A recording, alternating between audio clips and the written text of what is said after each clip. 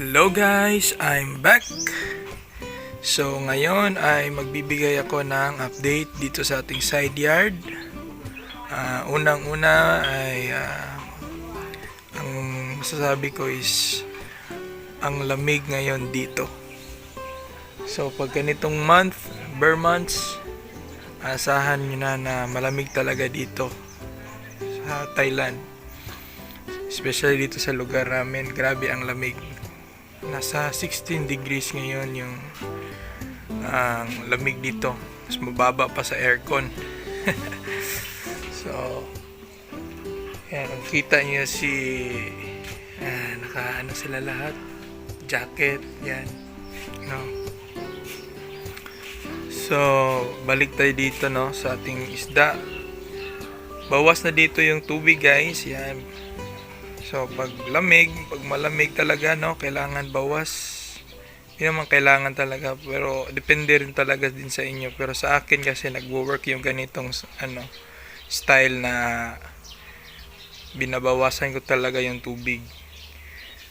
Kasi nung kahapon, mas malamig kahapon, no, mga 13 degrees. Ayan, may namatay dito sa baba. Yung parent na female.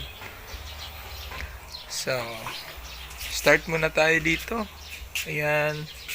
So, in-off ko muna yung aerator dito sa taas. Pero babalik ko rin to pag mga mga paggabi na. Ayan. So, dito yung female, dito pa rin yung female natin. Ayan. So, makikita nyo hindi sila masyadong magalaw, no? Kasi nga ang lamig talaga. Yan. Ito naman, papakainin natin to ng konti. No, napakain na to pero makikita nyo nasa taas sila eh. So parang pwede pa buhusan ng konting pagkain. Tapos yung ano natin, wild koi, yan.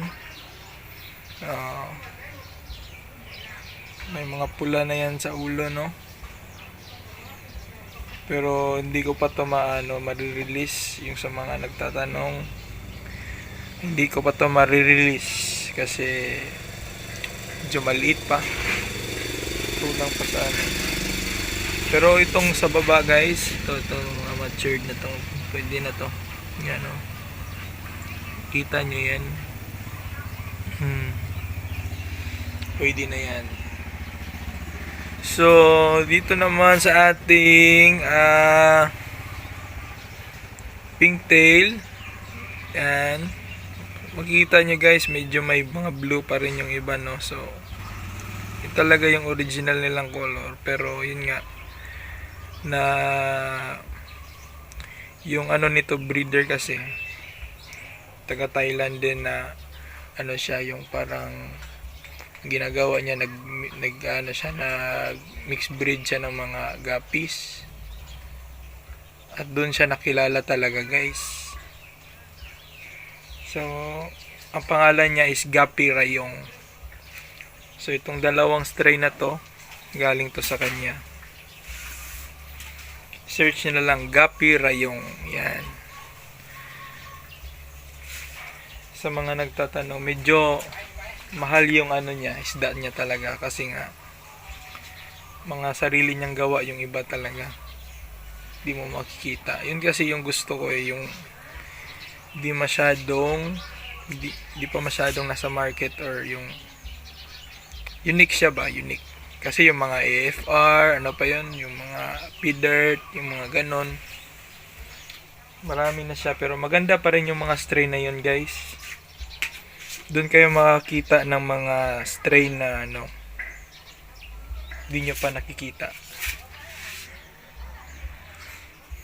So, ako naman, 3 strain lang kasi ito lang yung ano natin eh. Hindi pa ako nagdadagdag eh. Madami naman na sila eh. So, 3 strains lang tayo. So, yung pangatlo, yung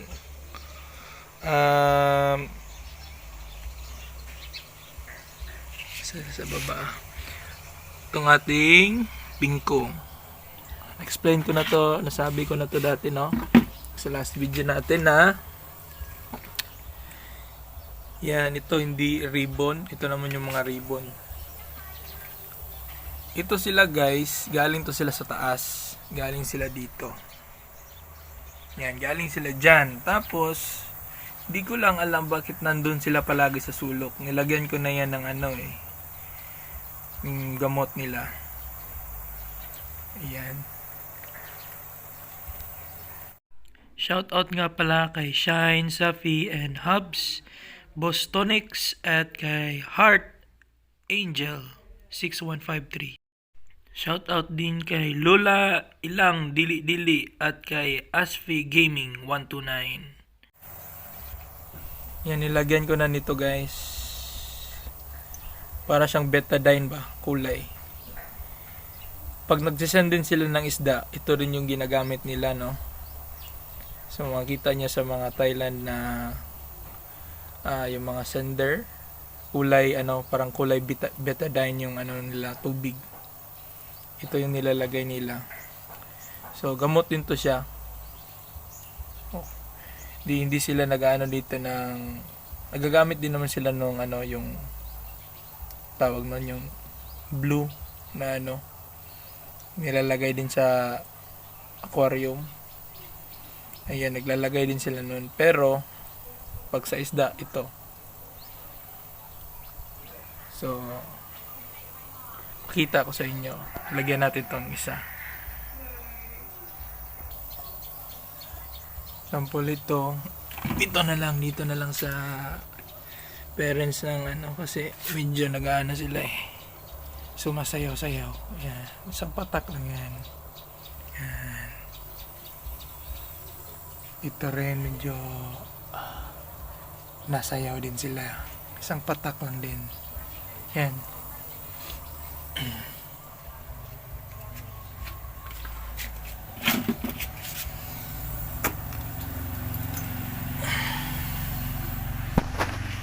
So ito na yung natin, no, parents. Nanganak na yung isa guys. Kala ko di na mga anak eh. Yung female natin na ribbon, nanganak siya. Ito na.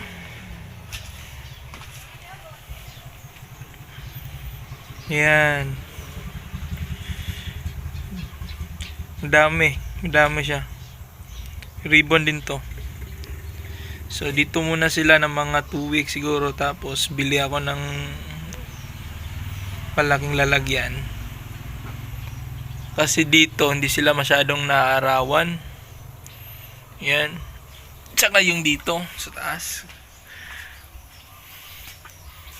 Kaya sabi ko, kaya siguro ganito sila kasi nga hindi sila nasanay. Kaya nasa sulok lang, oh. 1 week na silang ganyan eh.